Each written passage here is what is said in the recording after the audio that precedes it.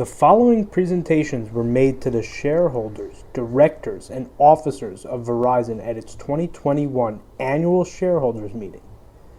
You will hear from Tommy Steed, the Association of Belltel Retirees Vice President of Union Relations and Assistant Treasurer, as well as Belltel Chairman Jack Cohen. The meeting was held virtually on May 13, 2021. Here's Tommy. The next proposal was submitted by Mr. Thomas Steed. Item 5 on the proxy card calls for an expansion of the company's compensation clawback policy. Mr. Steed will be presenting this proposal. Operator, please open Mr. Steed's line. Respected members of the Verizon Board of Directors and honored fellow shareholders, my name is Thomas Steed. I am the sponsor of proxy voting item number 5, the proposal that addresses the executive compensation clawback policy.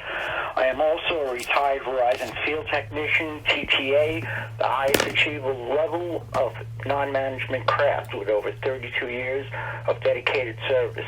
In addition, I am assistant treasurer and director at the Association of Belltel Retirees Incorporated, co-sponsors of this proposal. The essence of this proposal is for the board to lead by example. It is our contention that the current requirement for proving willful misconduct as a standard is far too vague to ever be applied. At the very arguably obscene level of compensation for senior management, if there was any misconduct, it must not be subject to the vagaries of interpretation like intent to defraud. The word willful should never enter into the equation. If as a result of a senior manager's activity Verizon had to restate its financial results or Verizon incurred reputational harm due to something done or not done, only the word misconduct is or should be relevant. The formula that is relevant is there is no forgiveness for misconduct. Our proposal number 5 is to narrow the definition to any misconduct and broaden situations in which clawback may be applied. We feel that such a modification would be in the best interest of the shareholders. The reputable institutional shareholder services agrees and has endorsed this proposal. They also agree that greater disclosure and transparency to shareholders should be made available as to the findings. When the deliberations of the Human Resources Committee results in cancellation or recoupment of incentive compensation paid, granted, or awarded to a senior executive officer, shareholders should be informed.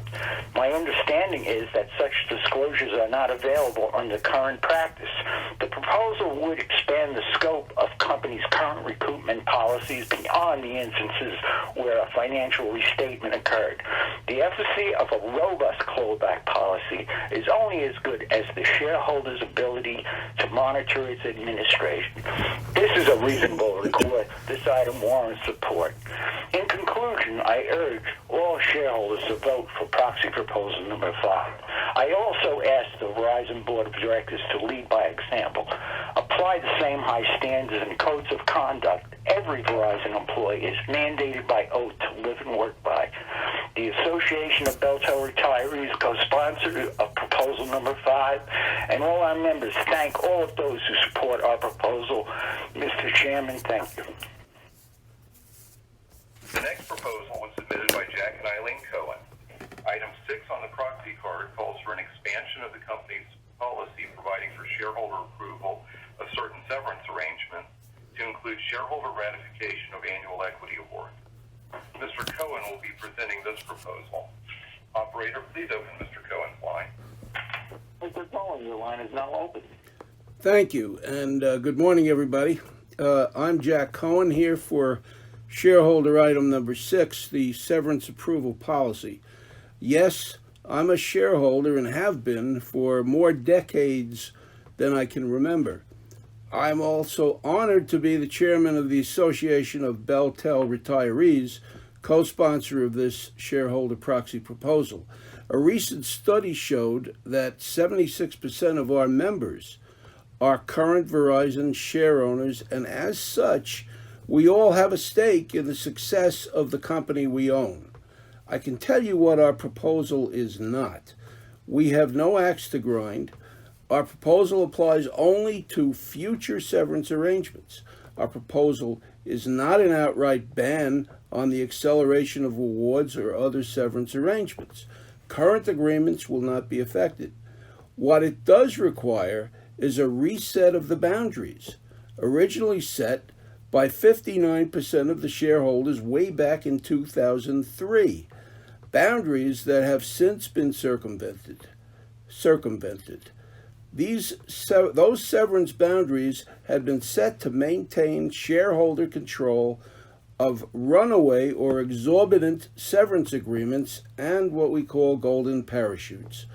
As a shareholder, I find the dimensions of these severance packages frankly embarrassing, especially during a year when so many Americans have to stand in line for hours to get a box of food. The optics leave much to be desired. There are no objections to restricted stock units, nor are there objections to performance stock units.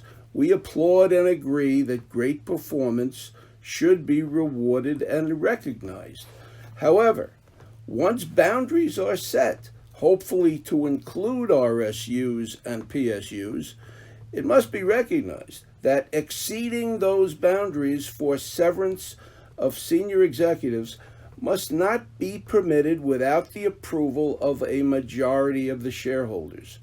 That was the spirit of 2003's proposal and must be included in any future severance agreements.